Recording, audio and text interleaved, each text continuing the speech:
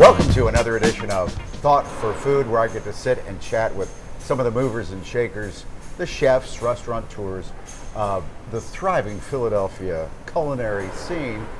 Here's one of the best chefs in the country, Sylva Senat. Good to see you, Chef. Pleasure, always. Now, I'd actually bring a piece of paper for this one because we normally start with, where have you been a chef? And then we'll go into how you got interested in food and stuff like that. In fact, let's make this a quiz. Oh, wow. Can you tell me, by the way, I just want to tell you where we are at the Bourse here in Old City, and that's your place, Yes. Baby Buns. Baby Buns, yes. We'll explain his Baby Buns in just a second. Can you name all the places where you have worked as a chef? Oh, wow. So we'll start from the top. Okay.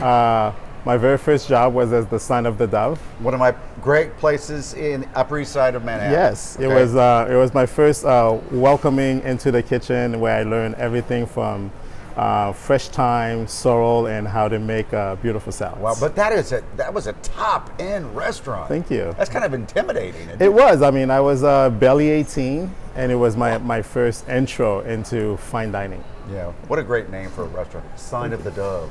All right, do another one. All right, and followed by Aquavit You with got it, Marcus right. Samuelson. Yep.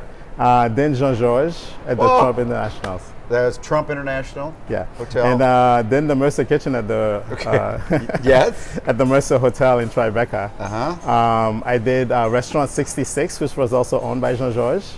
Yeah, And got that this brings us to Budokan, but Budokan, New York. one. Budokan, New York, the gigantic restaurant. I think there's like 2,000 seats or something like that. It is. We have one very large communal table that sits 48. Uh, And I remember when we first opened, and we thought, no one's gonna come in with a 48 top. And then a random Friday night, it was Britney Spears. Britney Spears came in with 47 people. About, yeah. Wow. Now, when I first was going to Budokan, New York, the chef was Michael Schulzen. Michael Schulzen. Yes. And now he's got this restaurant empire here in Yes, Philadelphia. Okay, keep going, because we're not done. So after that, I took a trip to Puerto Rico, and I Okay. opened Oof Restaurants, Coco at the El San Juan Hotel, followed by, wait for it, Budokan, Philadelphia. So you come, So I came back. Steven Starr. Star is a great gentleman to work for. Yeah. So I came right back to him, coming from Puerto Rico. So I ended up in Philadelphia instead of back in New York. So you were headed back to your hometown, basically, Hometown, exactly. to work at Budokan again. Yes. He slowed you down. He slowed me down. We did a tasting here in Old City. Ended up, it was a Tangerine, which Remember was Tangerine? one of my favorite spaces. Market Street between 3rd and 4th had all the candles in Oh, it. gorgeous, like that candlelight walk right before in the Yes. entrance. I missed that place. It was, the food was up modern and what it was at the time, Yeah. and it was just the lighting. I don't know what he did Oh, to that. It what was a- just amazing. It was such a great date. It place, is a date place. night. Oh my God. All right. No, we're not done. Everybody calm down. Budokan, Philadelphia. Yes. Then where'd you go? So after Budokan, Philadelphia, I got tapped and I helped open and visualize Tashan On Broad Street. on Broad So I Street. remember it's 700. 777. 777 South. Yeah. Broad. Great Indian food. Oh my God, I love that place.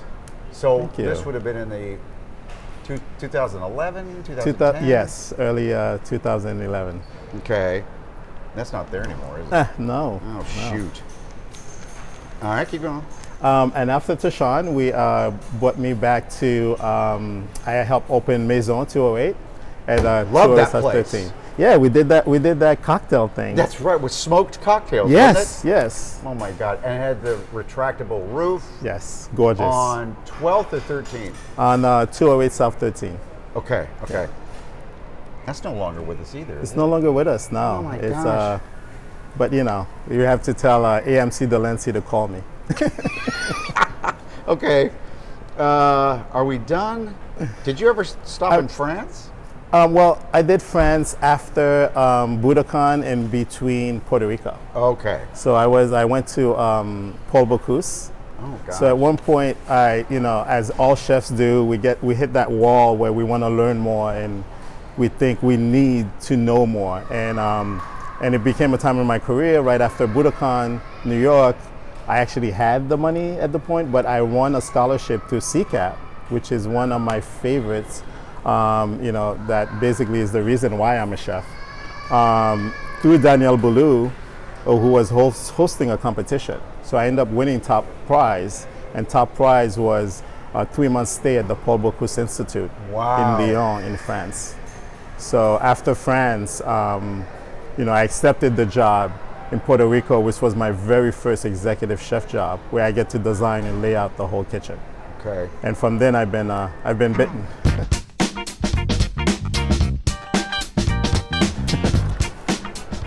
Are you still at the Pyramid Club? I am. So I started a management group, and I'm currently at the Pyramid Club as the executive chef, and also here at the Bourse. At the Bourse with Baby Bun. So With Baby Buns, yeah. what is a Baby Bun?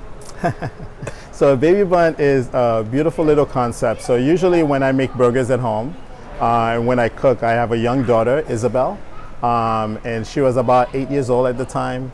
And I always made her sliders. So I always made her baby burgers, and she used to call them Baby Buns. Oh. So I wanted to visualize a burger slider concept. And when the boss tapped me to do a fun, casual concept, I realized there's a lot of kids that walk through the boss. We live in the neighborhood, Right. and we wanted something that was a little more family-oriented and kid-friendly. So I wanted to make kid-friendly burgers. It sounds like, to bring up a food analogy, I think about this like in my career too. I want to try everything. Yeah. Some anchor people or reporters stay in one market their entire life. I can think of some here in Philadelphia, but I want to try everything. So I've lived all over the country and all sorts of TV stations. You seem like that. Like you want to try everything on the buffet. I'm more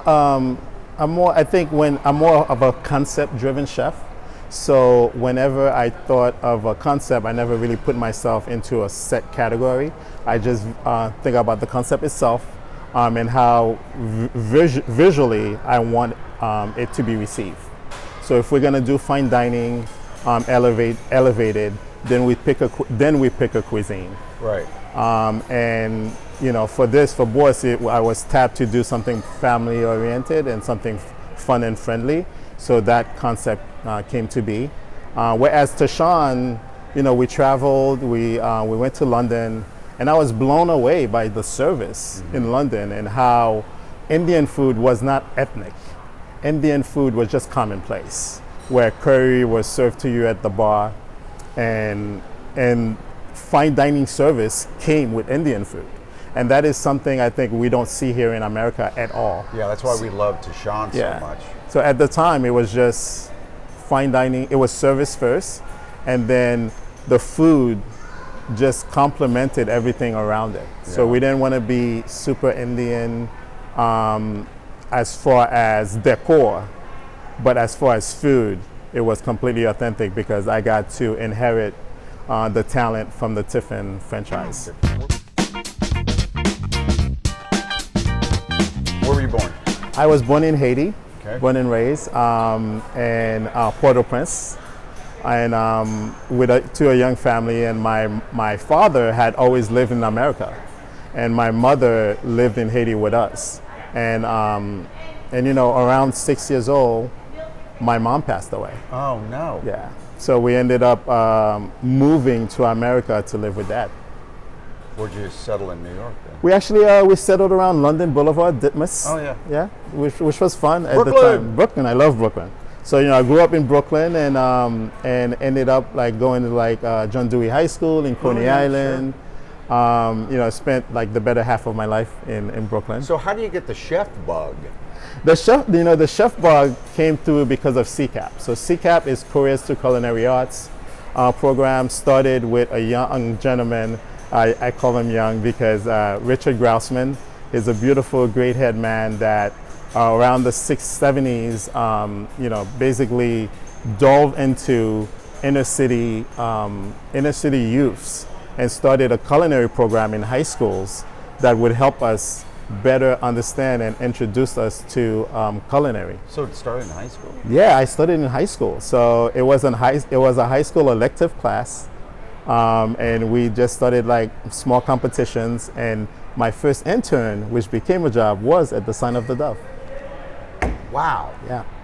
One of my favorite dates. Her name was Linda. Our first date was at Sign of the Dove. Was it table 23? I remember there was a famous table. It was close to the window. Yes. Yeah.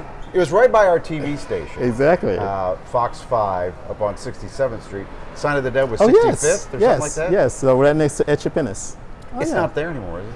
No, I think it's a beautiful high-rise. Oh, of course. They tore it down and built a high-rise. It's been a while. It's been a while. I think there's a Starbucks there. I've been cooking for a while. Yeah, you have. I have. Okay, so high school. Who would you say your biggest influences are? Is there a chef you wanted to be? I mean, just growing up cooking. So Sign of the Dove, the whole fine dining thing was completely new to me. You know, I'm a young black kid, grew up in Brooklyn, and I had to take a bus and 2 trains to 63rd and 3rd to get there. And I would get there and it would just, the outside world didn't exist because we were like these young guys, a bunch of tattooed guys. We would listen to like every type of music. And for me as an 18-year-old, this was just like a whole different world. Was it a fun world? It was a fun world because I was 18 and it kind of seemed like I wasn't supposed to be there at the time, but everyone was pretty open and inviting and just informative. And back then I soaked every information like a sponge. Yeah. My cookbook collection started and it basically takes over my whole living room now. And I just delved into it. And these were the times of like Charlie Trotters and young guys like Marcus Samuelson. We were just hearing about them. Marcus has done well. Marcus has, yeah. Yeah. So I always say I'm in that first cookbook, like page 23. Okay. I'm the kid with the bandana. You mentioned in high school you're doing little competitions back and Yeah. forth. But you've done it now on the big stage, right? Yes. Was it Top Chef? I did Top Chef. I did Chop. You did Chop? Yes. And who beats Bobby Flay? Well, it's true. No one beats Many Bobby. people have tried. We tried. So Top Chef, that's season 14, right? So I did, season 14 on Top Chef. It was Charleston. Yeah. Oh, Charleston. yeah. Right before opening Maison. What is what don't we know about those TV chef shows? I mean, I think a lot of people think it's like, cut and let's do this and let's do that. It's not. It's a straight shot. It's real. It's real. It's really real. Like when they say 13 minutes, we have 13 minutes.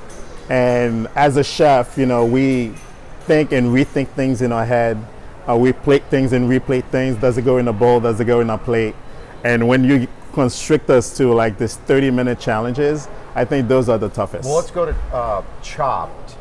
When that basket opens up and you got 4 ingredients or whatever, you got to make an instant decision. What am I going to make? Exactly. Yeah, and that worked for you. Yes.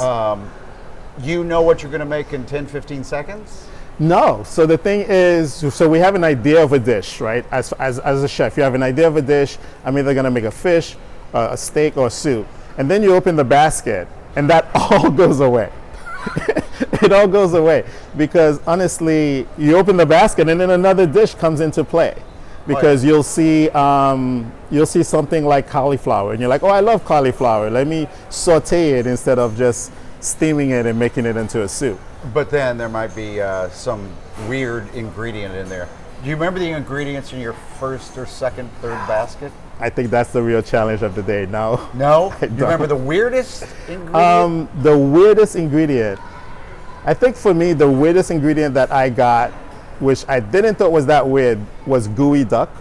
Gooey duck? Gooey Oh, duck, that's the thing which they is- dig out of the mud? That giant clam. Big, yeah. big clam. Yeah, and we got one of those, and it was just like, what am I gonna do with this? Because usually, we steam it for a couple hours. What'd you do? Oh my God! I think I thinly sliced it, and I think I made a ceviche. Oh, really? I blanched. never Yeah, I tried it. thinly sliced it, blanched it, and made a ceviche. It was not one of my best dish. So we were talking about people that influenced you. Edna Lewis. Edna Lewis was, so growing up Haitian, right? There's a lot about African American culture that we were not taught, because we were taught Haitian history and to be proud of being the first Black republic and of our independence. So there's a lot of the differences with African cuisine and African culinaries that we don't learn as growing up being Haitian. So when I was on Top Chef and we were in Charleston, South Carolina, and learning, and actually we were on a slave plantation, I think her learning about Southern food. grandparents were slaves, I think. Learning about Southern food and getting into Edna Lewis as a chef. And if you think about it, back in the day, she was like the first celebrity chef. She was traveling from New York to Charleston, and I think she had a couple of restaurants in New York, and she was traveling back and forth because she was this amazing cook before the titles of chefs were actually a thing. But truly, if you look at it, she was Groundbreaking. groundbreaking and everything, but she was there with high society and fine dining, and in that limelight that was true cuisine. And it wasn't just Southern food, it was real Southern cuisine, and people came from everywhere to taste her food. So I was just drawn to her, and I just started She was amazing. just like buying a lot of her books and reading about her, and really, like, now as a chef, like, I think that's what I want my cooking to reflect, just a true me. Yeah. I've learned all the foundations, and I am a learning chef. So I think with the Indian, with the modern Chinese, when it came to Budokan, and then back to the French, and even fun concepts like Baby Buns, is me searching for that right knowledge. So when you're in France, you speak French. I don't speak you? French, yes. Oh, you were good then. I was good. I was well received in France. Oh, I bet. You can speak the language.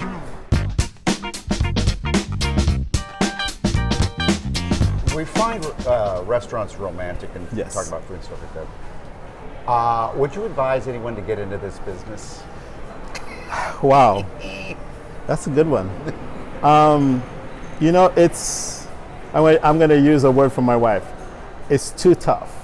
It's a tough business because you want to have that entrepreneurial spirit and you want to do everything yourself. But it is hard. It's impossible. It is because there's so much impossible. of the business side too. There is so much of the business side to it. And as chefs, we learn about the food and the experience and the hospitality and creating like food memories. And sometimes, they don't teach us about the financials. Is it hard to be married to a chef? It is hard to be married to a chef because my wife does most of the cooking What? at home. How many kids? Only one. Okay. Beautiful daughter, But Isabel. she cooks for Isabel. Yes. Isabel or Isabella? Isabel. Isabel. Really? Yeah. So if you go out in Philadelphia, do you ever go out to another restaurant? Yes, of course. Name me 3 that you like. Oh my God! So, I gotta give it to I love Sampan. I do. Oh my God, yeah. Soraya was one of our favorites. I think I went there Yes. so many times. My wife told me to stop. But it's also a beautiful restaurant. It's a beautiful, gorgeous space. Yeah. But everything. It's just a beautiful that group is also those guys, Nick and they're amazing, and they're all star buddies. We lived on star restaurants for a very long time. Have you ever been to Park? I was just gonna say Park for brunch is where we take anyone that comes That's out of town, yeah. from out of town. and that's all to go to. And every now and then I try to sneak into Zahav, but you know, it's a little tough to get reservation, even for me. What's the best thing about being you?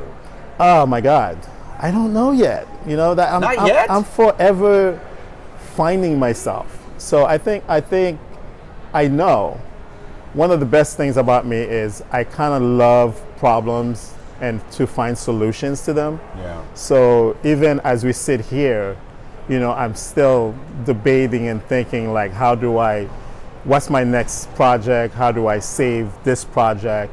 And how do I create the next buzz that Philly should be at? That's cool. What do you do to relax?